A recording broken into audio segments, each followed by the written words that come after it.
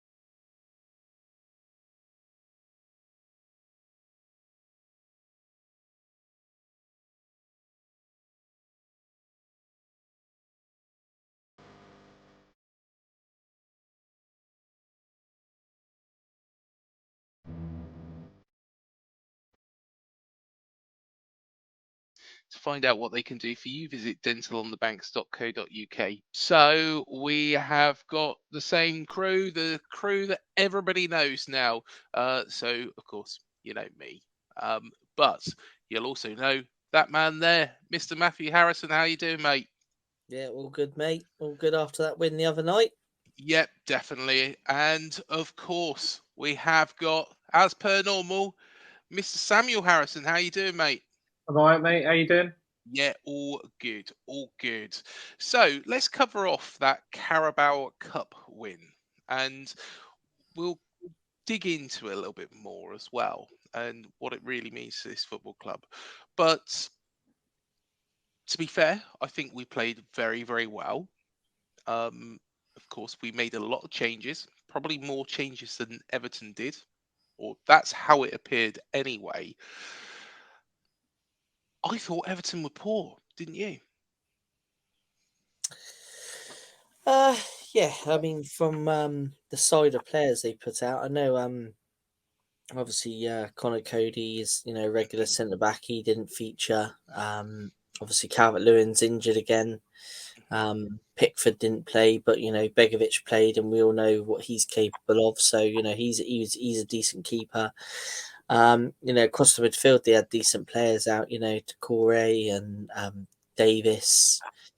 Probably the weakest player that they had out was the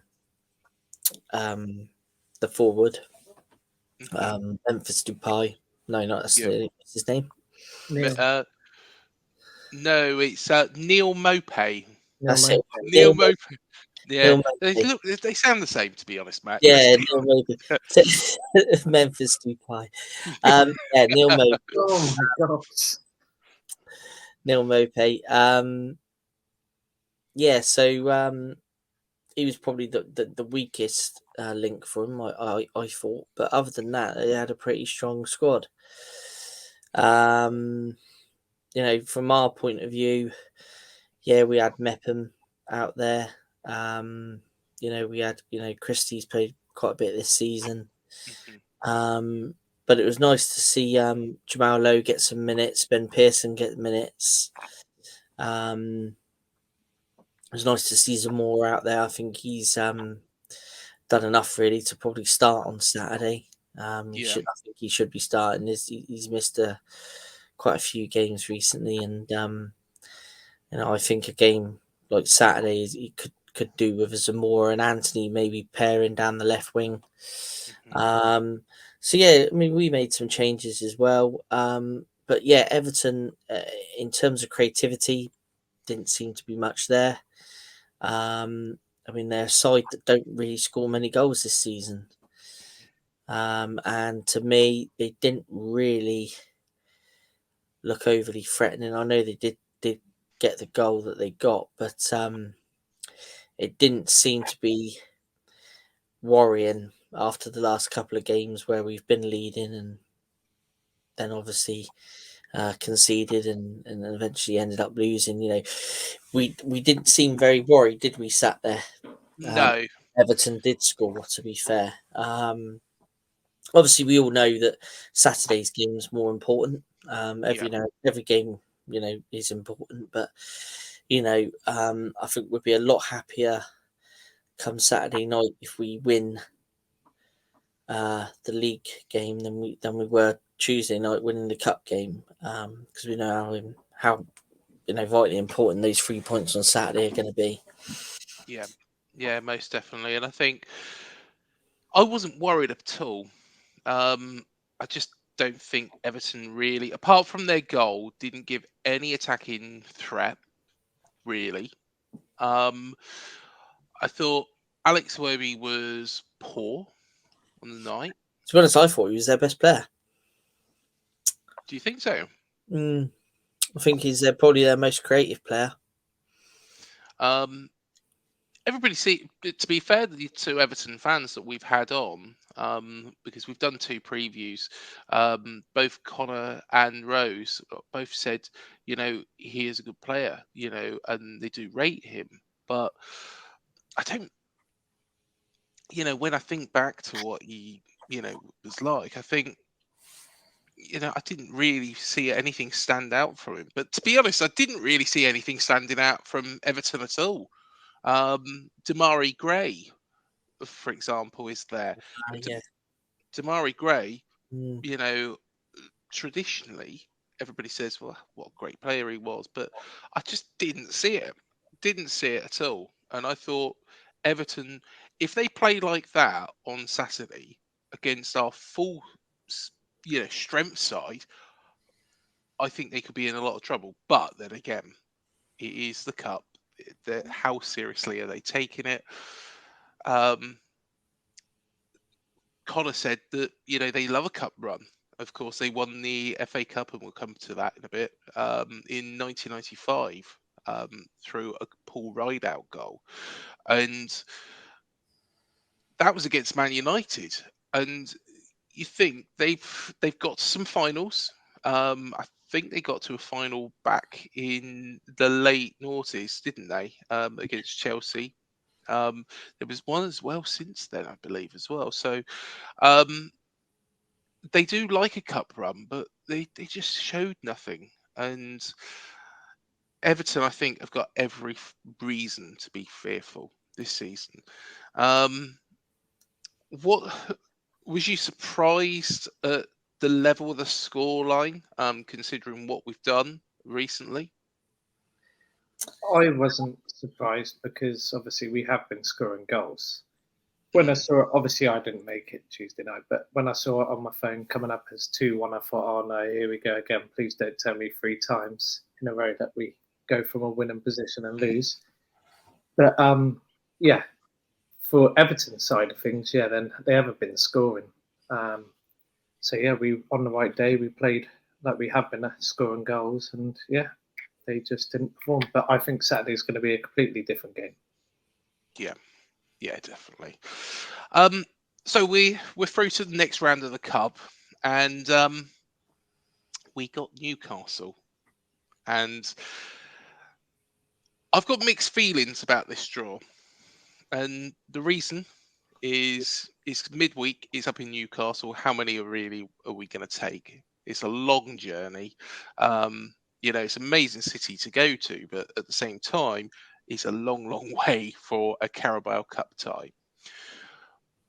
But there's other things that make me think. Secondly, Premier League side, we would have all liked MK Dons or Gillingham or Lincoln or someone like that, where you could say we should be able to get past them. It's not a given, of course, it's a cup competition. It's not a given. But the thing that does make me wonder is Eddie Howe never really took the cup competition seriously when he was at Dean Court. Is he taking it seriously up at Newcastle? Well, I think he can afford to, can't he? They're sitting very comfortable.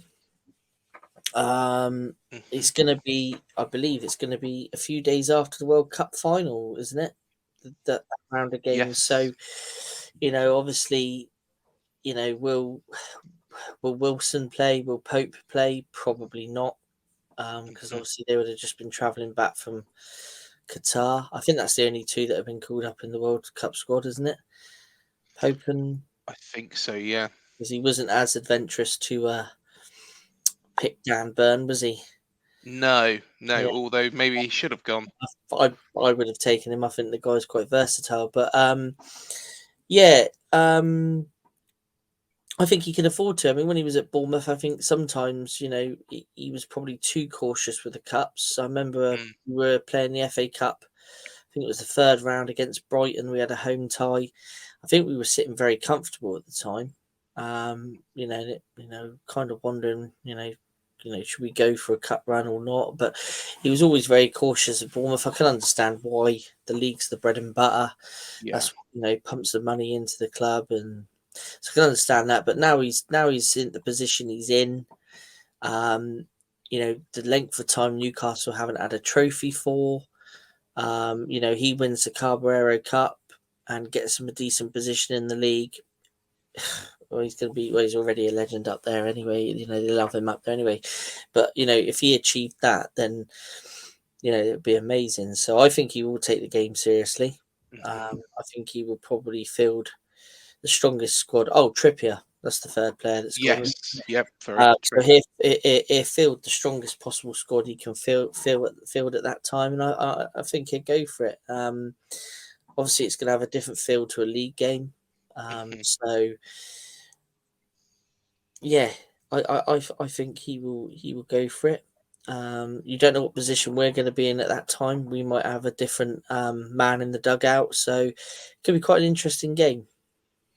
Yeah, very, very true. And it is believed as well, and it's something that I saw on Twitter, so it's not gospel. I believe, that both Neil Blake and Richard Hughes are over in Vegas at the moment, speaking to Bill Foley, working out who it is that takes us forward.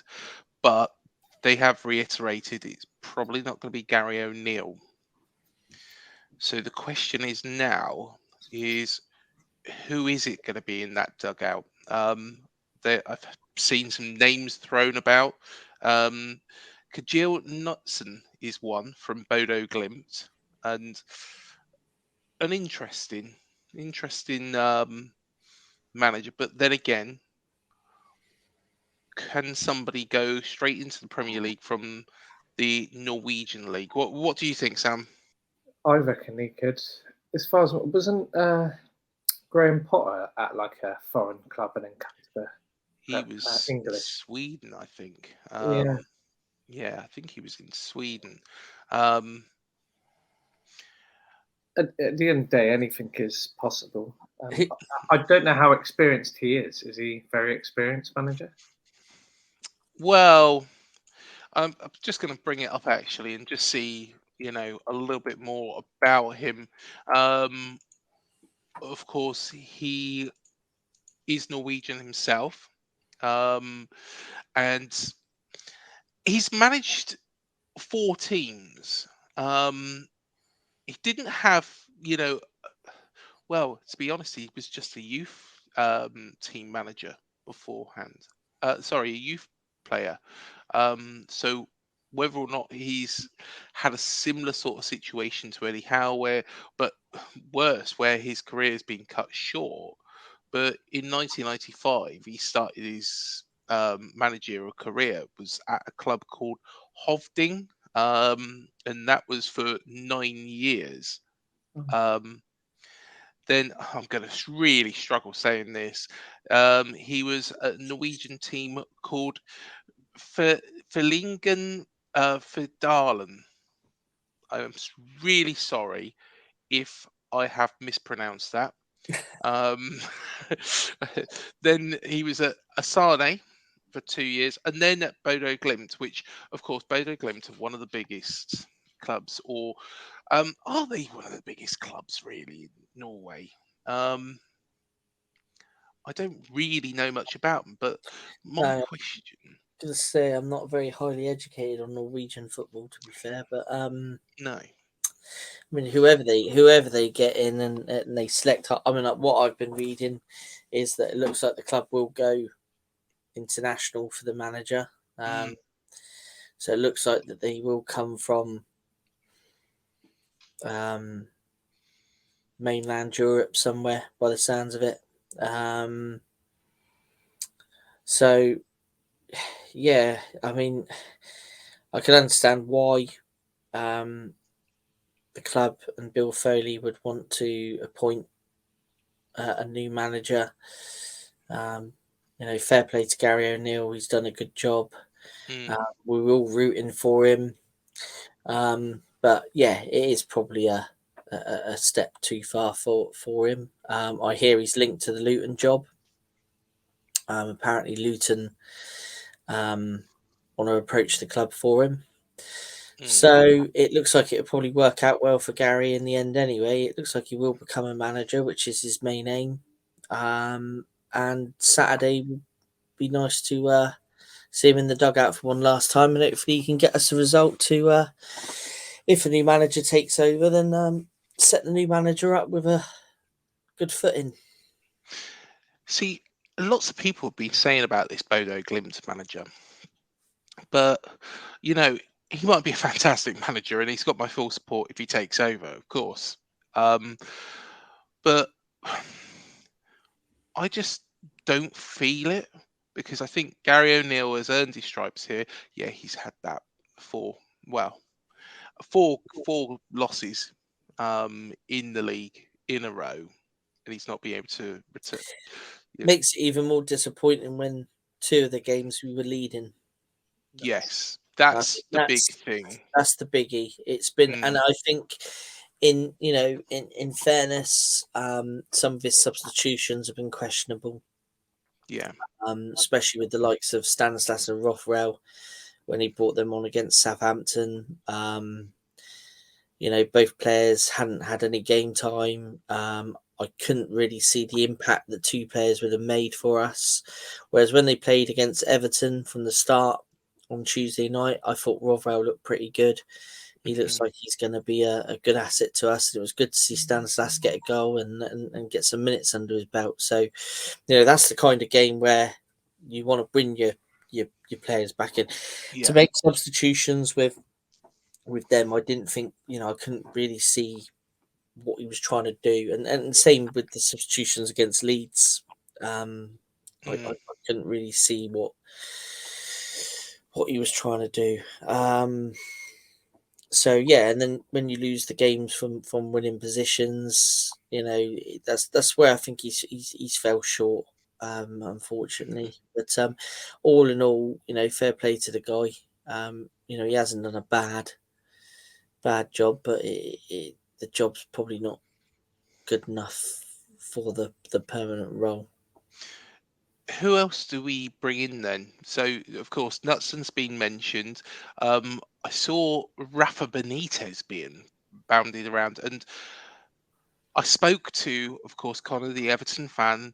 Rafa Benitez did very, very well at Liverpool. Um, they absolutely hated him at Everton.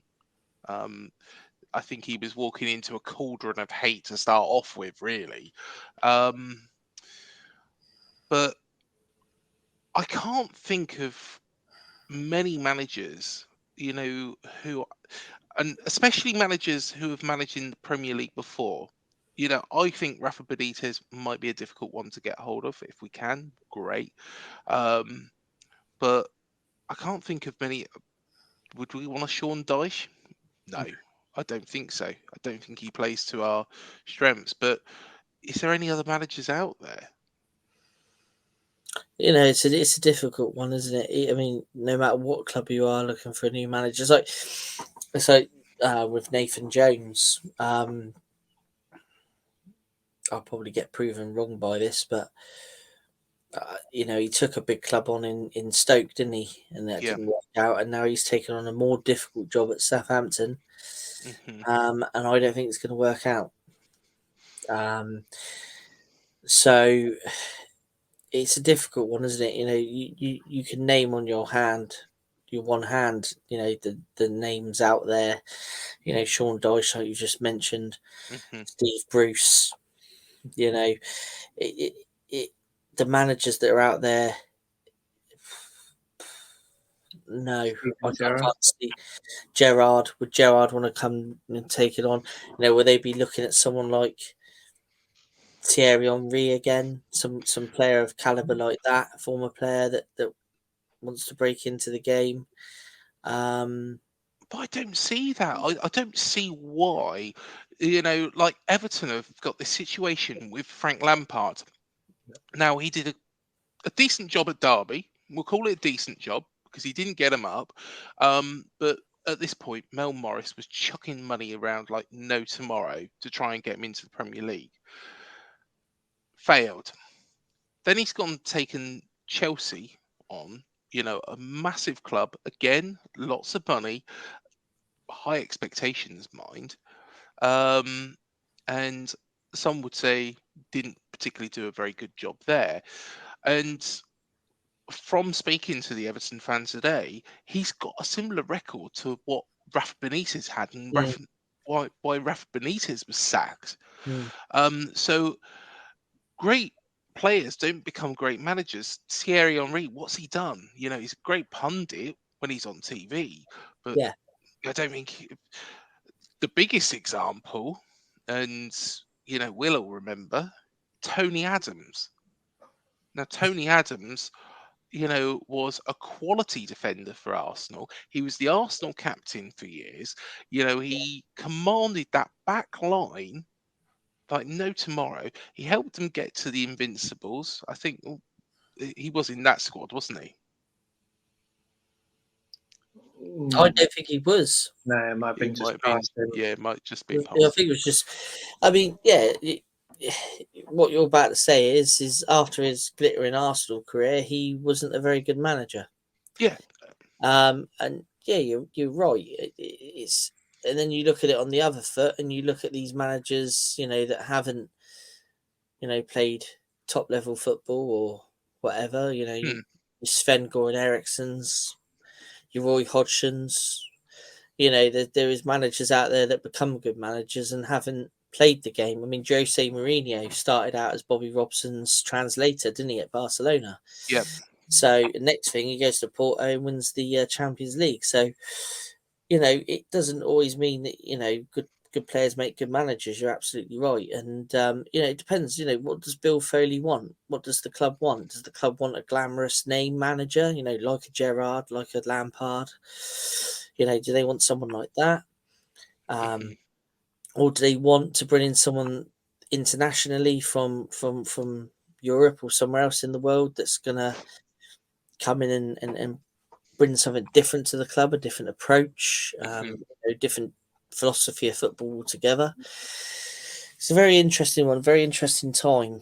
But, you know, Richard Hughes, Neil Blake, you know, they won't be, you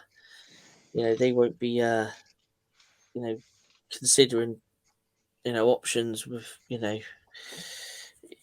in such a way that, you know, that they'd be advising, you know, Bill Foley of the right candidate, because they know they've got to get the right candidate, because we know how the Premier League works, and it's a very, very, very tight table at the moment. And when we all come back after the World Cup, when we're celebrating England's win at the World Cup, you know, we're all going to come back and we're going to be looking at that table thinking, you know, I mean, look at Leeds, 2 wins. They've gone from second bottom to 11th, somewhere like that, 11th or 12th, you know. So it's that tight. So, you know, they know whichever appointment they make has got to be right. Yeah. I was just having a quick look, actually. I was 2 years out. So Tony Adams did retire in the 2001-2002 season. But for anybody who really cares, he was part of that double winning team that season. And they had very, very strong, you know, strong season. After December the 18th, They didn't lose another game. They only lost 3. So when you think he was the captain of that side that did that, and I think it's such a risk whoever we take on, and I would look at managers who have managed, and I've got one in my mind who I think would do a good job. Unfortunately, he has recently taken a job, but managers who know the English game, who have worked with or as a Premier League manager, and the one person that I'm thinking of, and it's a lowly Championship side at the moment. It's not his fault. Carlos Corberan. Carlos Corberan, I think, plays very attractive football. He worked with Marcelo Bielsa for years. He knows how to get out this league because he's seen it. He nearly got Huddersfield, of all teams, out of this league. I think, somebody like that would be the perfect appointment for this football club. That's an interesting name. A name that's not been bashed around or associated with the position. Yeah, I mean, I personally think they've got several targets lined up, and they're probably whittling through them and with Bill Foley and selling the strengths and the negatives of each different candidate, and they're probably going to come back to the UK and probably start interviews if that's what they're doing in approaching clubs. I mean, that name is a very interesting name to bash about with the job. But yeah, it's going to be it's a vital time that they get this decision right. Vital time. Yeah. Any other names that you'd throw into the mix, Sam? None more out there at this point. Not that I can think of that would be free, especially. I'd like to think that. I mean, I know a manager likes to bring their own men in. I would like to think that they would keep. Obviously, Fletcher will obviously stay part of the back. I mean, he's part of the furniture. But I'd also like to see him keep someone like a Tommy Elflick and or a Sean Cooper. Someone else that knows the club. Similar to what United have done with Ten Hag. They've brought Steve McLaren back in, haven't they? Yeah. Who works as a first team coach, like Pep had Brian Kidd. It's someone that knows, people that know the club inside out. I think that's would be quite an important thing and to possibly do with whoever takes over. The other name I saw going around was Nuno Espirito Santo. If he becomes manager, I need to make sure that I can pronounce his name correctly. That'd be a good job at Wolves. Another interesting one. He was even linked to go back to Wolves, wasn't he? He was quite highly linked. I think they might have even made contact with him, if you believe all sources you read. But another one that probably went to a club that, I mean, when he went to Tottenham, I never thought that was a good suit.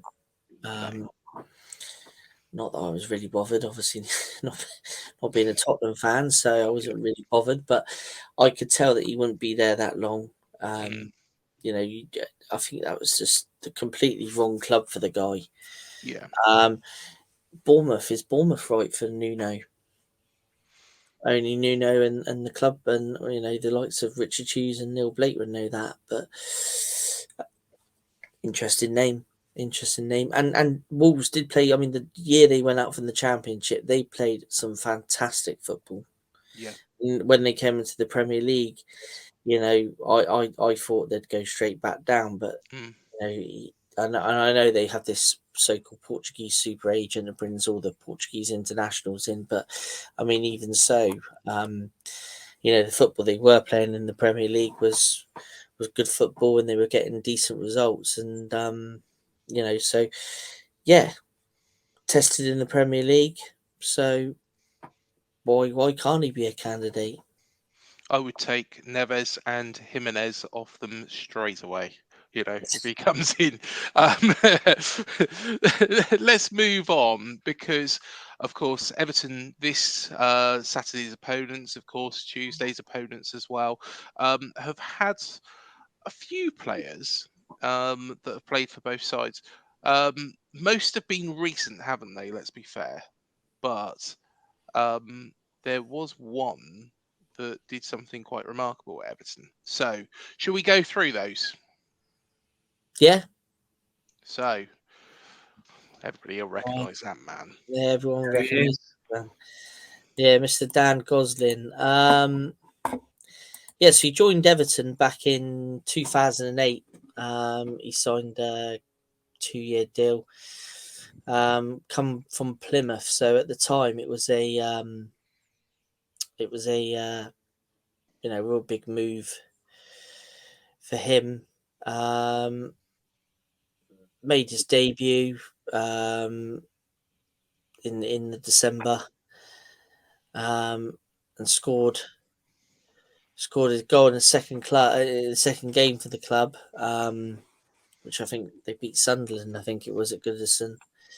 And then in the FA Cup the following year, he came on as a substitute and scored against their rivals Liverpool. But the live broadcast actually went down on ITV at the time, so millions of viewers missed the actual goal, including his own mother, who was watching on TV at the time. So she didn't see his goal against Liverpool, but that was actually voted Everton's goal of the season.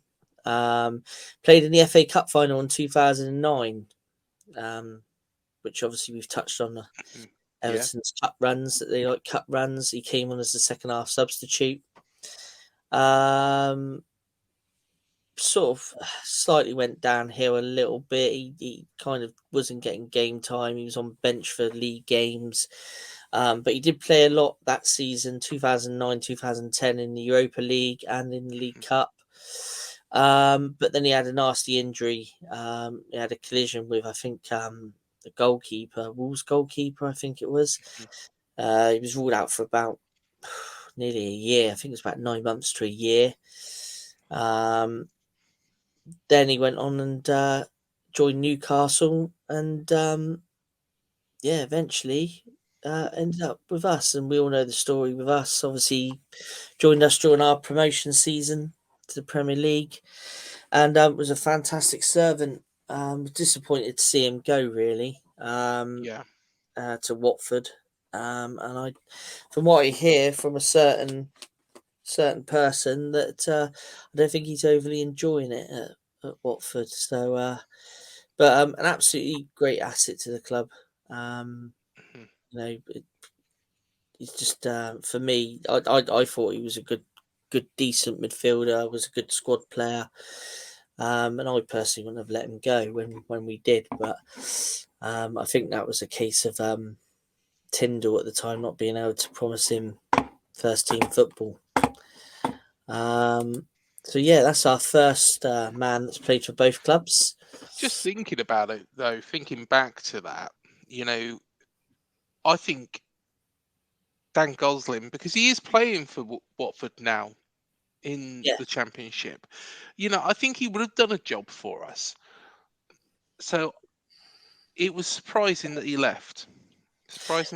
But yeah, I was disappointed that he left because at the time he was having a good running in front of goal for us at the time as well. He was scoring a few, wasn't he? And scored against Chelsea, didn't he? That VAR goal before lockdown. That was shortly before lockdown, wasn't it?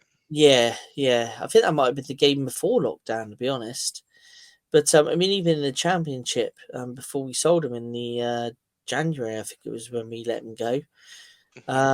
He was having some good scoring form in the Championship. So, yeah, real disappointment to see him go, because I think he would have made a good captain as well. I think he's got that sort of attributes about him. But so Dan Gosling. Let's have a look at the second player. We all remember him. Oh yes, yes, great defender. Yeah. I was really happy when we signed in because I thought that was exactly what we needed in our first season. Someone that's been there and done it, and Sylvian Distan had. Yes, he joined Everton in 2009 as well. So he was a teammate of Goslin's. He actually joined them from Pompey. I think it was about a £5 million fee. Yeah. On a 3-year deal. Made his debut in a 2-1 win over at Wigan. Scored his first goal for Everton in a Europa League game. And he went on to play pretty much a first team regular for the majority of his time there. He was if I remember rightly, he had a incident where he made a public apology on Twitter. Mm. I think it was something to do with was it a poor back pass? I think he was they were playing Liverpool, and he did a back pass, and Suarez jumped straight onto it and equalised for Liverpool. And he went public on Twitter and apologised to Liverpool to Everton fans, and but was made Player of the Year that year. Mm. But yeah, he made over 400 Premier League appearances. And when he came to Bournemouth, he was kind of a bit part player, and then Elflick got injured, and he filled in at times. And for me, looked pretty solid, and I think his experience really paid off that first season. Yeah. I Premier. agree. But yeah, he actually trains with a friend of mine down a gym, local gym. He still lives at Sandbanks, Yeah. and she trains at this gym, and she was training with him for weeks and didn't have a clue who he was. And and then one day someone said to her, "You do realise who that is?" And she ain't got a clue. She's been weightlift training with him in the gym and didn't even realise it was Sylvian Distan. So he's still local. But yeah, great footballer. And one thing I've always, because I've met him on a number of occasions, he's quite humble. He's a very Yeah, humble footballer. He doesn't like to sing about what he's done in the past. He'll always stop for pictures and talk to people and so on and so forth. But he's very, very humble man, and it's actually nice. It's something, that you don't see that much in modern football. So yeah, I've got the utmost respect for him, and a very, very nice man as well as great player. yeah, definitely agree. Let's have a look at our next one. Um, We all recognise him. Mr. King, Okay. um, playing for the Bacci now, I believe. Mhm. Um, joined Everton. Obviously, we knew that season, first season back in the Championship. He wasn't obviously happy with the club. Obviously, a lot of his teammates had gone on to, the likes of Wilson and that man Fraser and players like that had obviously Yeah, left, and it was clear he wasn't happy. Clear he didn't want to play at that level. But yeah, signed for Everton on the 1st of February 2021, only for a small fee. Agreed a deal to play for Everton till the end of that season. Made his debut at Leeds United. I think he only made 3 minutes. I think might have played. And then that was pretty much it. He was pretty much just a bench warmer there, really, for most of it. He did have a clause in his contract for it to be extended, but he was one of 4 first team players they let go, I think, at the end of that season. But the time at Bournemouth, he made over 170 appearances, scored over 40, I think it was about 48 goals, was it? 48 league goals for yeah. Bournemouth. Whereas, Everton, I think he made pretty much like 11 sub appearances and didn't hit the back of the net. So only a very short spell there, but a player that obviously everybody is very familiar with. He's one of those players as well that, he of course signed from Blackburn, and he hit the ground running here. He did, he was fantastic. He paired up brilliantly with Callum Wilson. He's quite flexible, and he's during our 5 seasons in the Premier League. He was good. He was quality. He's never found that since, and this is why. And some players will sulk that they don't want to play at a level. This is why some players, should suck up relegations and try and get themselves back there, because he did have a good thing here. And at Everton, they didn't take to him. And then, of course, he went to Watford, and he's finding himself in the Turkish leagues. I'm not sure how he's getting on in Turkish leagues, but I'm sure really where he wants to be is the Premier League. Yeah, I mean, you got a point there. Sometimes the grass isn't always greener, is it? And No. Sometimes players jump ship because they think they should be playing at a top level. I think you're probably right. If he had the right attitude and wanted to stay, I mean, let's face it, it wasn't going to affect his international career playing in the Championship, was it? No, it wasn't. I mean, I know obviously Norway obviously have another very famous forward that plays for them. Can't think of his name, but he didn't score against us. That's why, Matt. Oh, that's it, isn't it? That's right. He Yeah, couldn't yeah. score against the mighty Cherries, could he? But Yeah, exactly. you all know Haaland's there. Yeah. That is a big striker there. But would him playing in the Championship and eventually getting back to the Premier League with Bournemouth have hampered his international career? No, I don't think it would. His time at Everton and his time at Watford, I don't think is really remembered that fondly. Yes, I know he scored a hat-trick for Watford in one of their games, but last season for Watford wasn't very memorable at all, let alone King's input. So it does make you wonder sometimes if players, stuck by their clubs and didn't jump over to something that they think's a bit more rosier. It would be interesting to see how it panned out, but yeah, we move on. Players move on and the club moves on. Well, let's go on to a man, and on the right-hand side is the only picture that we could find of this player. Of course, Joe Parkinson. It's got Welcomes Elm Park. That must be some weird sort of dialect, but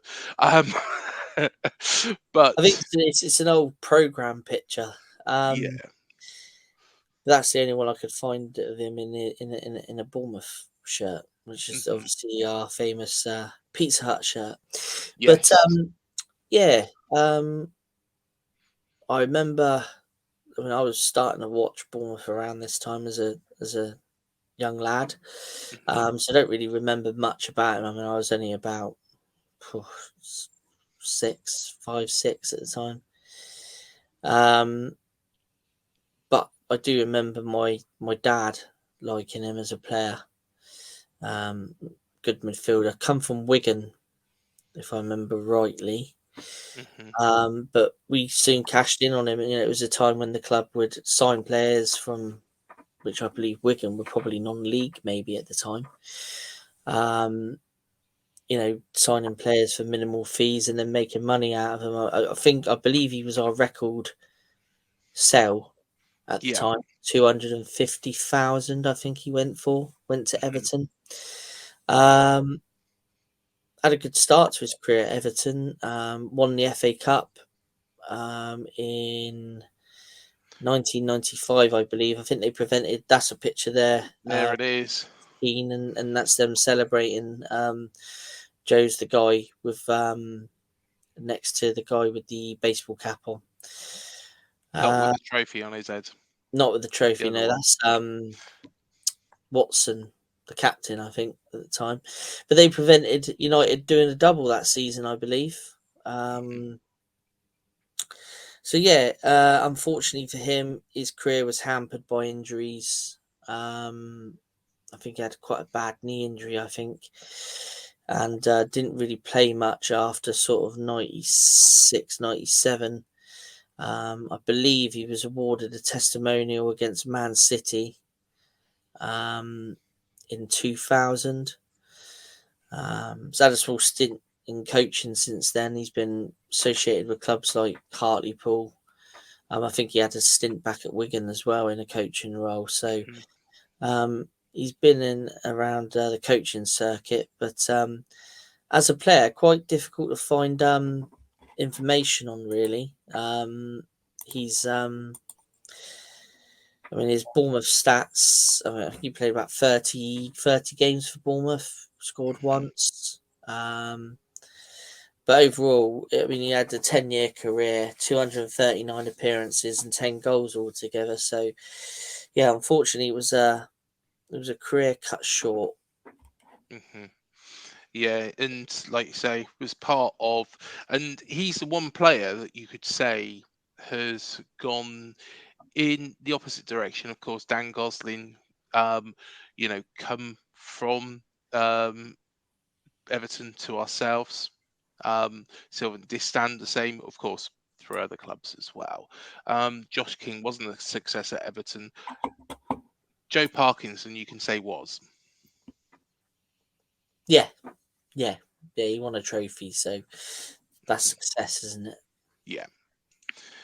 And lastly, a man that is currently at Everton at the moment, he isn't first choice goalkeeper, so can we really say he's a success there?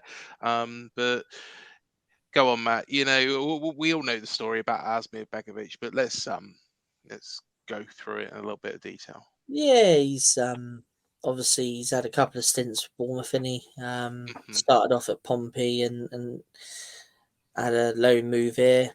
And then obviously went away and had a few more loan moves at other clubs, settled in at Stoke.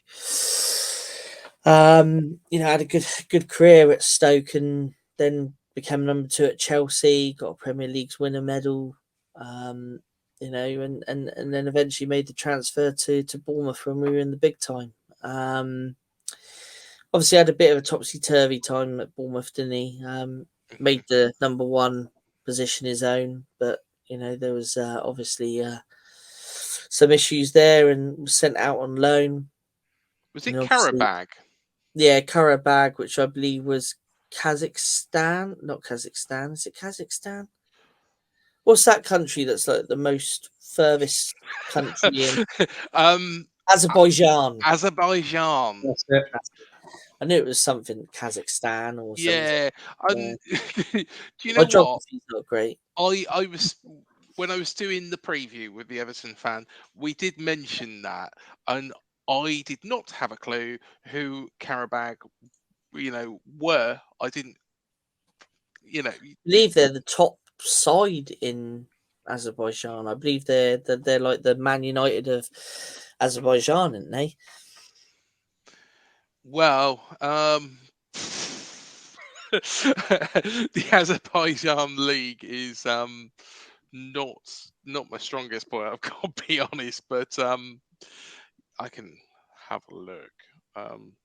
He also had a stint at AC Milan, which I thought was quite impressive. He went there as number 2, didn't he, on loan? But obviously, he come back to Bournemouth, and he had a good season in the Championship, I thought.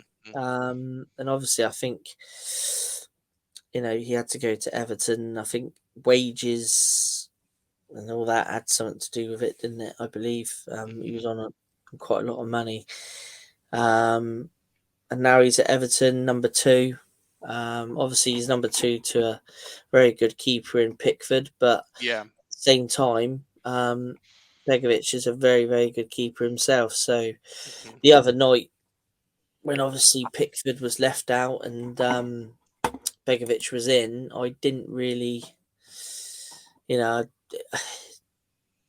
he can, and he is a first choice keeper. So he was still a very, very strong keeper. I don't think he was impressed seeing Jamal Lowe's deflected shot fly over his head, but because to me, I think he misjudged that. He thought that was going over over the bar, but obviously didn't. But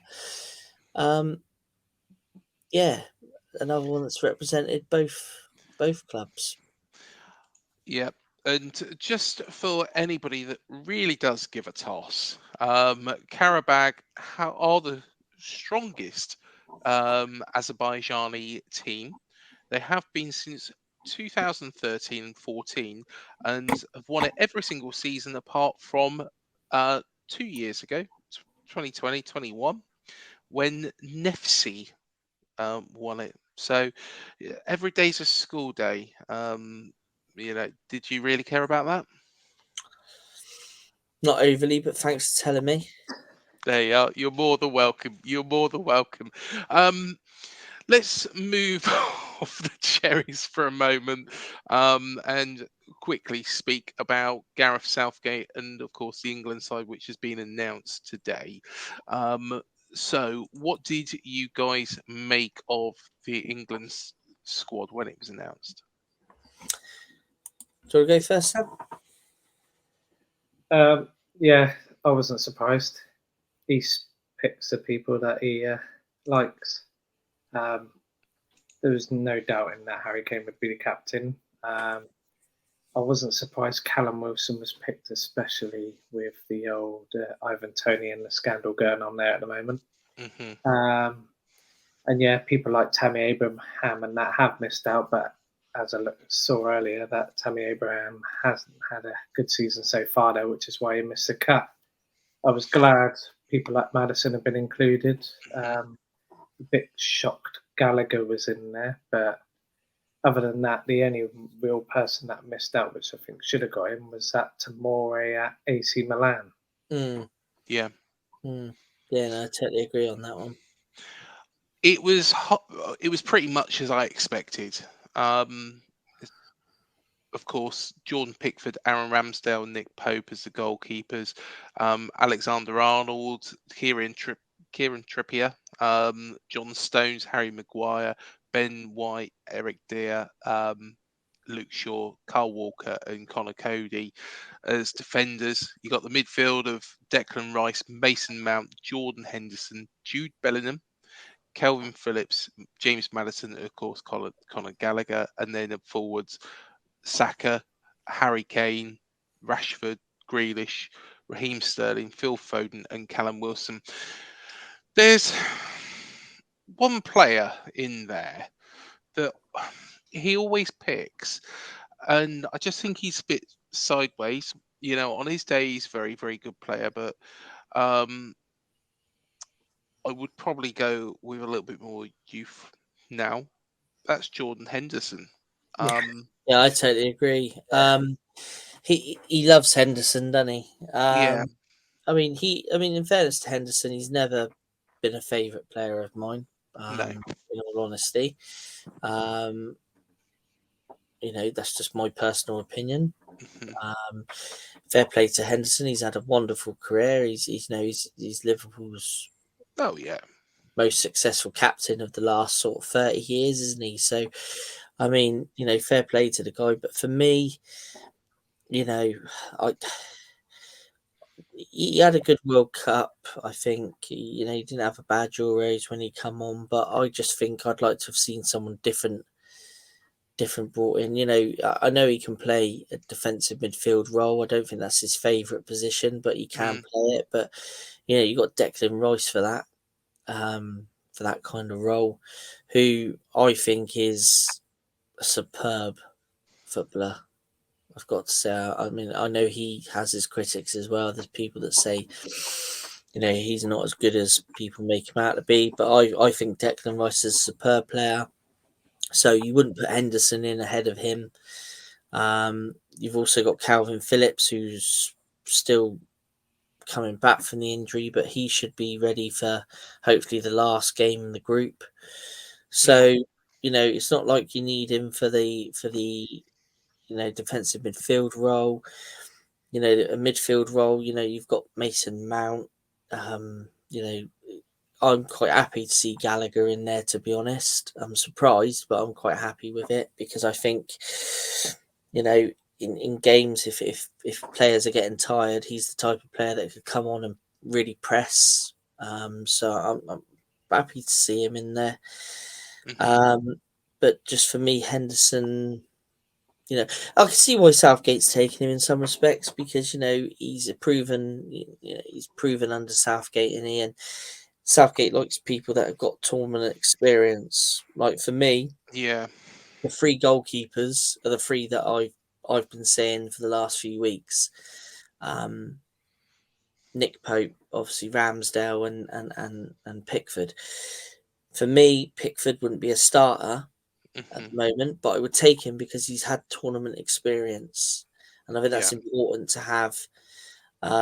You know, amongst the goalkeepers. Personally, for me, I'd love to say Ramsdale, but I think Nick Pope should be number one. Rambo's still, you know, young, and he's gonna have his time. He will have his time. Obviously, you know, Pickford's 28. He's still young. Nick Pope's 30. You know, and Rambo's only what 20, 23, 24. So, you know, I'm sure he will get his time, but I think Nick Pope would just edge it for me over Rambo. But I'd take Pickford because he's been in the tournament situation. Forward wise, Southgate says he picks players on form. Well, you've got to pick Wilson, haven't you? Yeah. You've got Definitely. Callum. You have to pick Kane. There was a little debate on one of our chats tonight about Harry Kane. Someone saying he wouldn't have taken him. I think that's mad. Oh yeah, I think that is crazy. Yeah, it's mad. At the end of the day, first and foremost, he's Southgate's captain. We all know that. Southgate will back him, and rightly so. I think you've got to back your captain. And also, he always seems to score for England, doesn't he? Yeah, I can't see any reason why you wouldn't take him. You know, I know Conte said he's knackered in a press conference. Was it yesterday? He said, "Oh, you know, Harry Kane's knackered." I mean, if England are like 2-0 up against Iran at half time, give Harry a rest. Yeah. Give Cal for 45 minutes. Get him out there. Let him see what he can do. I'm glad we haven't taken Ivan Toney. But should he have had an opportunity? Because let's be fair, you know, he didn't get any minutes whatsoever. He was just put in that squad. No, which was harsh. But Southgate likes to do that, doesn't he? He likes to call a player up to the squad and just assess him in a training environment. You know, see how he interacts with the squad and it's like that, doesn't he? Obviously his so-called gambling issue obviously hasn't helped matters, has it? No. For me, he wouldn't be in my England squad. But I think the attack Rashford, he's come on again. Yeah. I think he was right to drop him when he did, and I think that's giving him the kick he needs. And I think the games I've seen him play recently, what was the last game I saw him play? He scored a cracking header a couple of Sundays ago. Can't remember who they were playing now, and he looked good that game as well. Yeah. So definitely would take Rashford. Sterling's questionable one. You know, if we're talking about form, he's really hit the ground running at Chelsea. Is he only scored one goal? Is that right? Yeah. I believe that is the case, So, but I think again, a player that Southgate trusts, a player that's got tournament experience. So overall, I mean, defenders wise, yeah, everyone's saying Harry Maguire. For me, I don't understand how. Okay, he's got him as part of the squad. That's fair enough. Again, another player that's been to tournaments. worked under Southgate. Mm-hmm. But does he start for you? Because he doesn't start for me. No. You know, I mean, is he going to play a back three? You know, it depends on what he's going to do. You know, I know he's got an issue with left backs. I think he's only got Luke Shaw, isn't he? But Trippier can play at left back. So overall, I think it's in some respects probably the best squad he could take. Mm-hmm. He's got the right experience across all areas. Got to get out of the group. Yes, I'd be very, very disappointed if we didn't. Because It's a sackable offence if you don't get out of that group. You'll be sacked. You'll be you sacked. know, as much as I want to see, of course, Kiefer Moore and Chris Metham do well for Wales, you know, is the Welsh side that strong? They can have the second spot, because if you end up second, I believe, if I'm right, and Netherlands top their group, you'll face the Netherlands. Which I'd fancy Wales against the Netherlands, to be honest. I think that'd be a good game. Whereas we'd face someone else like Senegal or Ecuador. Yes. So or Qatar. Or Qatar, yeah.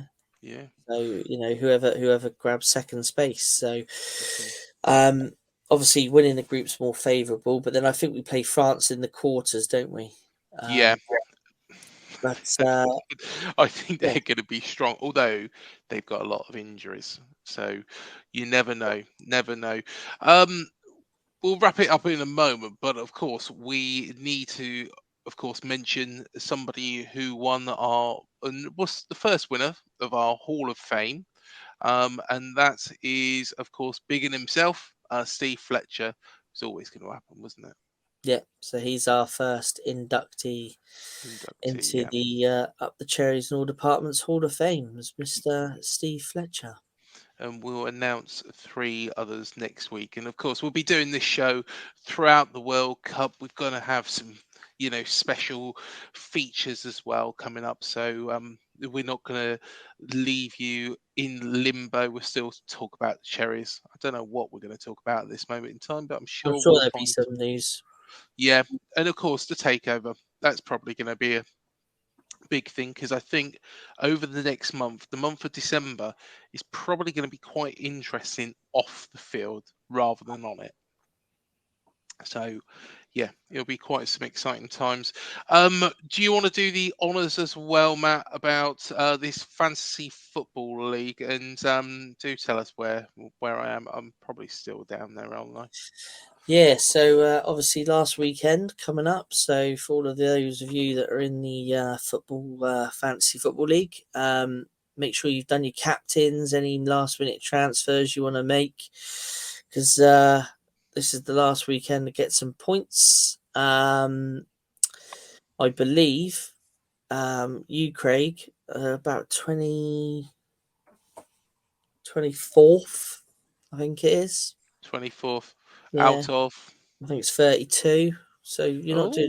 That's not too bad. We're moving up slowly. Sam, didn't make a note of where you were, Sam. Do you know where 18th. you were? Oh, you're 18th. Mm. Oh, Only you've 6. right down, haven't you? I've been there ages now. 18th. Have you?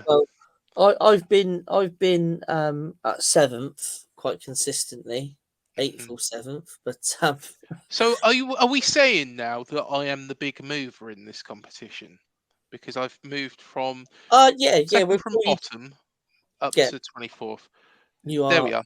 There's some. I have achieved something. I have achieved something. But we got the same guy leading the top.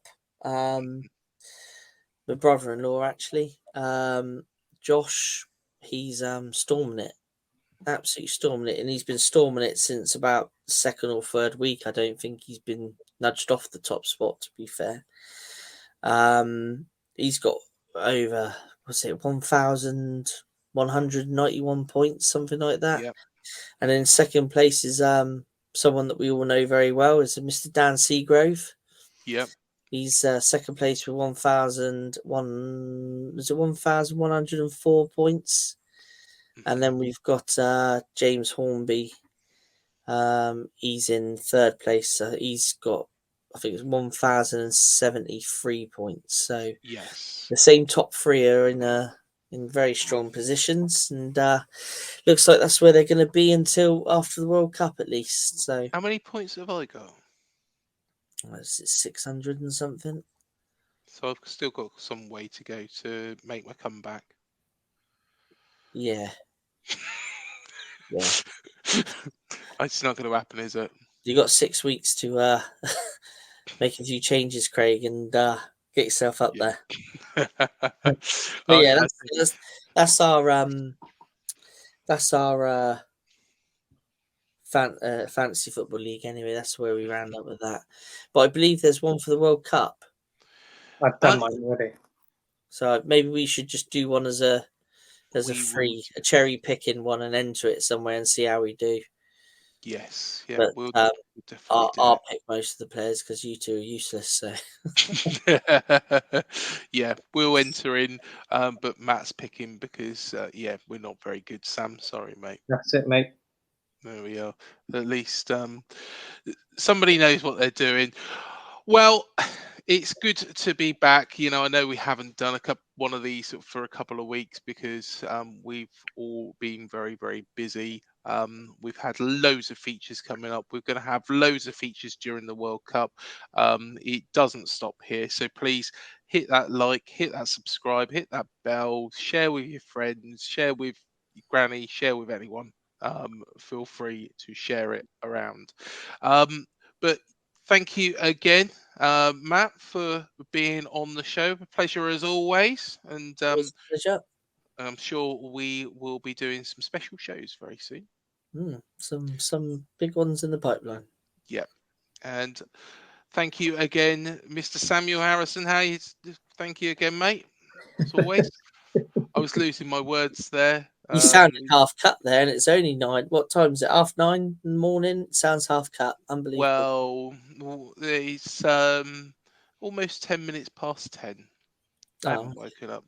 I'm going to go and get a caramel coffee in a minute, I think.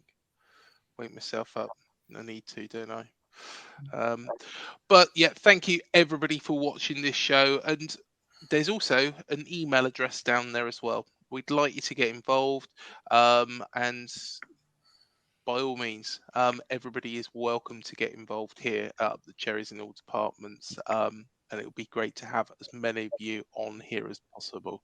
But until the next one, we'll see you in the next video, Up the Cherries. And thank you for joining us.